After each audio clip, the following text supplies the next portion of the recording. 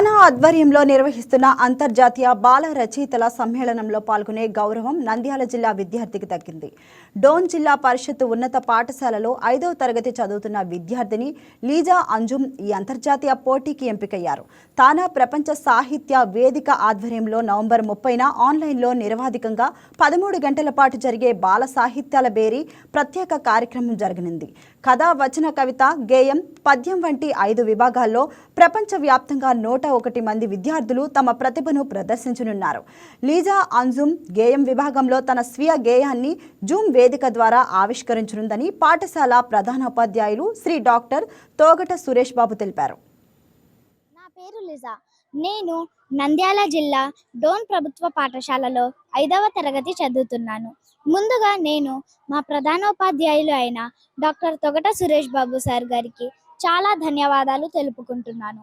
ఎందుకంటే మా సార్ ప్రోత్సాహంతో నేను చాలా కార్యక్రమాల్లో పాల్గొన్నాను. ఈరోజు నేను అంతర్జాతీయ స్థాయిలో గేయంలో పాల్గొనడానికి మా ప్రధానోపాధ్యాయులు గారే కారణం. అందుకు నేను వారిని ఎప్పటికీ రుణపడి ఉంటాను. నేను ఆయన ప్రోత్సాహంతో చాలా కార్యక్రమాల్లో పాల్గొన్నాను.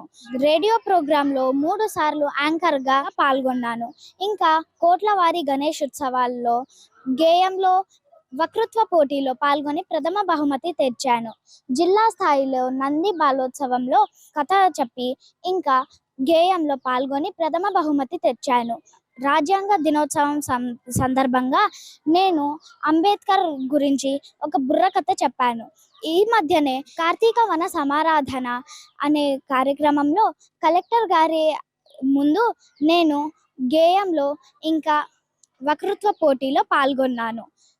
నన్ను ఇంతలా ప్రోత్సహిస్తున్న మా సురేష్ బాబు సార్ని ఇంకా నా తల్లిదండ్రుల్ని నేను ఎప్పటికీ మరవలేను. నేను ఫ్యూచర్లో IAS కావాలని అనుకుంటున్నాను. చాలామంది అంటుంటారు ప్రైవేట్ స్కూల్లో చదివే వాళ్ళకి చాలా టాలెంట్ ఉంటుందని, గవర్నమెంట్ స్కూల్లో చదివే వారికి అసలు టాలెంట్ ఉందని చెప్తుంటారు. కానీ అలా కాదు. టాలెంట్ అనేది ఎవరి సొత్తు కాదు. ఎవరికైతే టాలెంట్ ఉంటుందో వాళ్ళు ముందుకి దూసుకెళ్ళిపోతారు. Thank you. ఈ వీడియో మీకు నచ్చినట్లయితే లైక్ కొట్టి షేర్ చేసి మా YK TV ఛానల్ని సబ్స్క్రైబ్ చేయండి.